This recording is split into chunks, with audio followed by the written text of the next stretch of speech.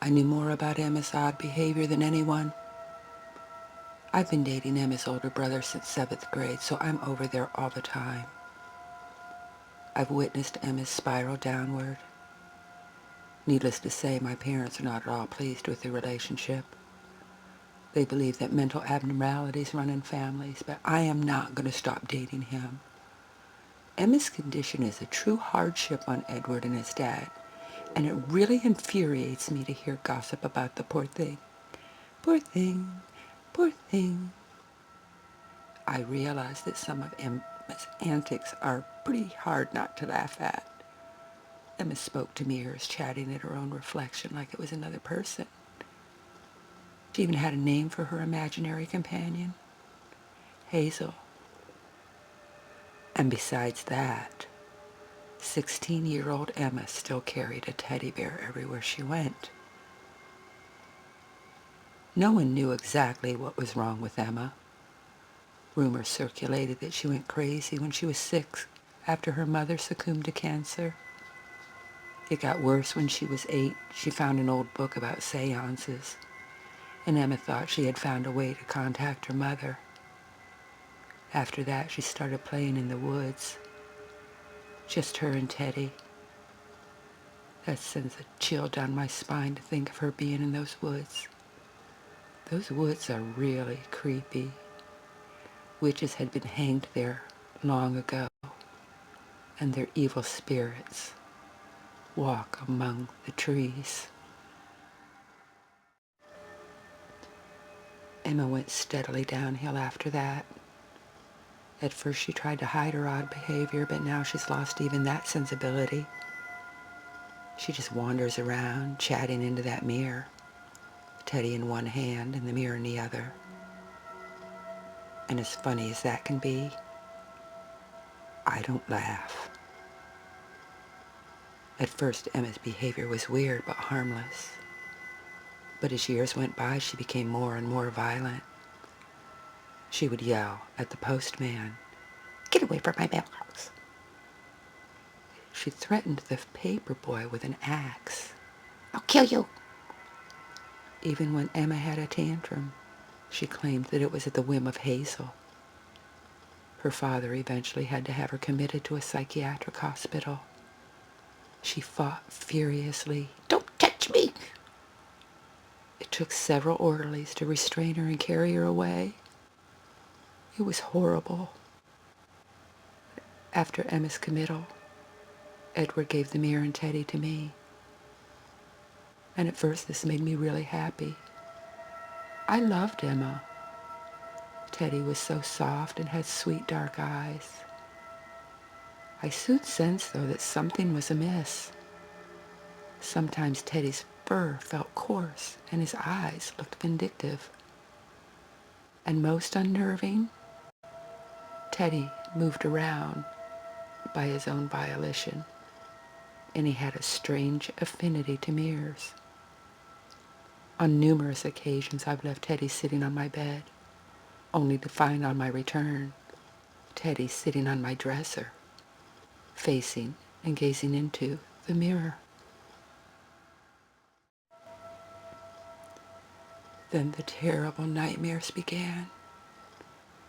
Oh, how they plagued me. Teddy would whisper awful things in my ear, and I could see something watching me from the dresser mirror. I would wake in a startled panic, heart pounding and dripping with sweat, only to find nothing. Then Emma died. She had taken ill. An autopsy confirmed that heart failure was the cause of death. I attended the funeral and mingled among the mourners, but I was so afraid to go up to the coffin. I know she's mad at me for taking her things. And that night, I was awoken by the sound of scratching noises outside my bedroom door.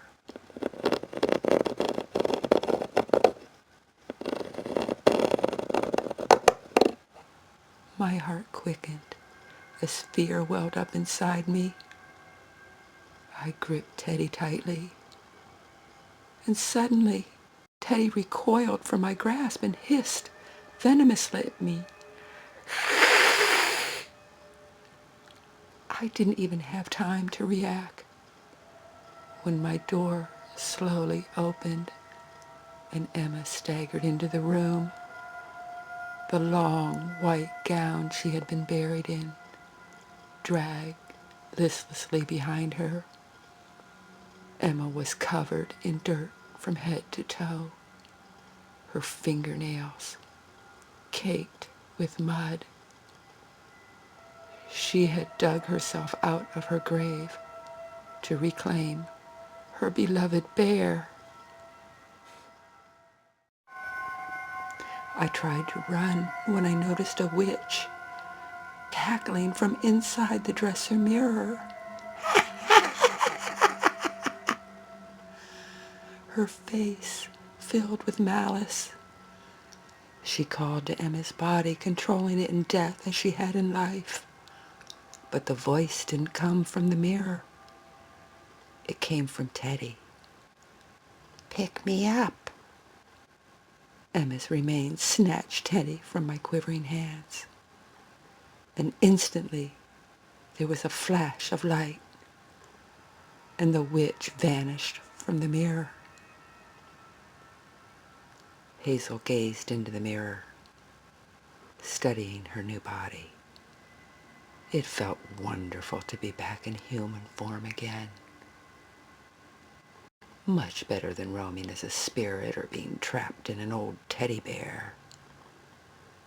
Hazel glanced down at Emma's corpse, which lay beside the bed. Situating herself beside Emma's rotting ear, I heard her whisper, "Your body will serve me well." And with one final wretched cackle,